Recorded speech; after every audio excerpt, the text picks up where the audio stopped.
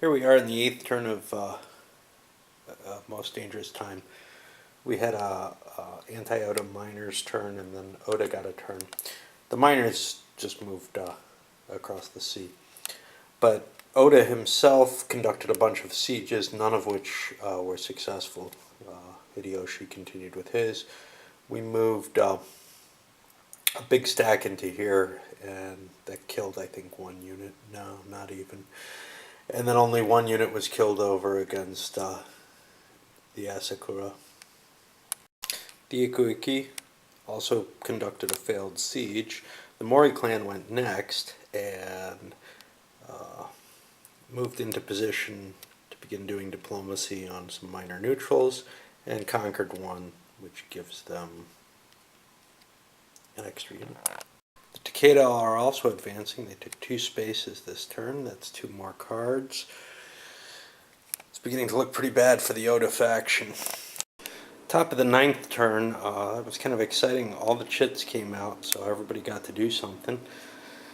Net effect, well, we've already spoken about the Mori advance that happened. The Takeda pushed forward a little bit further, and finally had one siege resolved by the Oda, and they got rid of that clan, got the troops in their pile.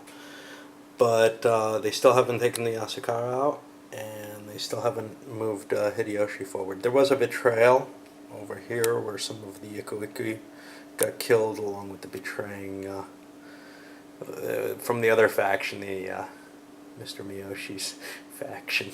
I'm going to keep pushing on, but yeah, it's an exciting game. I like the way it plays. I like the level. I think it's worth having pushed through the rules for, which makes me much happier than, say, another game,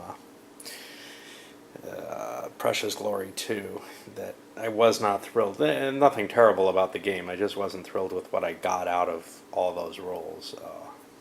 It wasn't worth the effort. This, I think, was. And hopefully they'll clean them up. I know there's a living rules set out there, and they're looking to try to do it. But we'll see. So here we are at turn 9 of A Most Dangerous Time. I played a few actions, Takeda, Oda, and then Yasu, Asakura. The Takeda continued their advance forward. The Oda launched a couple of sieges and didn't really get anywhere. I think they killed one Asakura unit. They also moved some reinforcements into place to face the Takeda. But the ugly thing they did was they left a path open, which the Asakura took, grabbing, 4 cards and cutting Oda's units out of supply. The units being out of supply isn't that huge an issue, but cutting the territories off is, well, the biggie is the cards. Collecting cards is huge, and letting somebody grab that many, but I'm so low on forces with the Oda. So this was a big impulse for the Oda.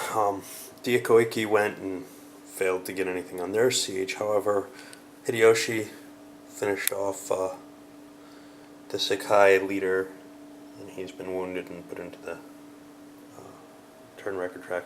Much more importantly, Nobunaga finished off the Asakura, and by doing so, not only does he kill their daimyo, but he also gains control of all their territories, gets an additional reinforcement point, so he'll be getting 6 replacements per turn, gets their troops, which there's a couple on the board. I think actually those go into the replacement box. I had to move them.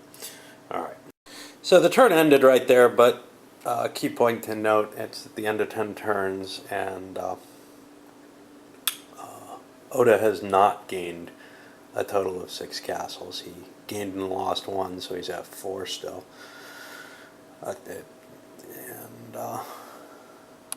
So he failed in his first goal in terms of victory conditions. At the end of turn 30, if he still has Kyoto, he wins the medium-sized victory. Another non-turn ended up allowing Oda to build up his reserves. So he's got almost everything in place now, and has a fairly large army to cope with the problems.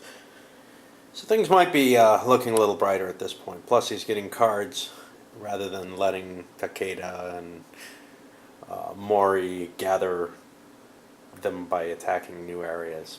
12th turn has started out very badly for Oda, with Mori, 2 Takeda turns, and Iko-Iki turn. What happened? Well, the Mori are advancing and have taken 2 more territories, getting closer and closer to being a factor in the game. Right now, they still got to make their way there, and naval movement's too slow. Over to the Takeda, they also made some advances into Oda territory. Shingen is definitely doing quite well in terms of where he's getting. Baba has been replaced. I decided a use for those cards. I'm going to mark the new daimyos with them. And so Yamagata got the new daimyo. The reason for that is the Baba card was actually stolen, the treachery card, by the Oda player. So the anti-Oda player knows that he's going to have to dismiss Baba at some point, send him into exile. He's a good leader. If he forgets, well, bad things might happen. Final thing is an Iko-Iki revolt. Could have been a lot worse, but it cuts Nobunaga's supply lines again. Yet another anti-Oda action, this time by the miners, and they took this opportunity to have the shogun, Ashikaga. I hate doing this to you. Ashikaga. Having him declare his own best interests, and left Kyo and went and seized that province, drawing another card, and we also see some movement. Oda got a turn and played a forced march card because his points weren't sufficient for everything he wanted to do. Ended up taking out those Iko-Iki. Ended up killing the shogun. And also ended up defeating Yagamata's force up here.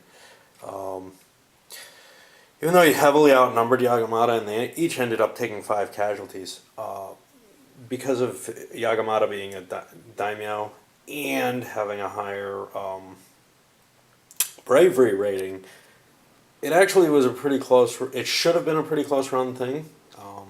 I think Yagamata actually had the edge, but well, luck of the dice came and he's wiped out. Both he and Baba are on the track. Not quite as bad as dying. But yeah, it's overall, that was a really good impulse for the Oda.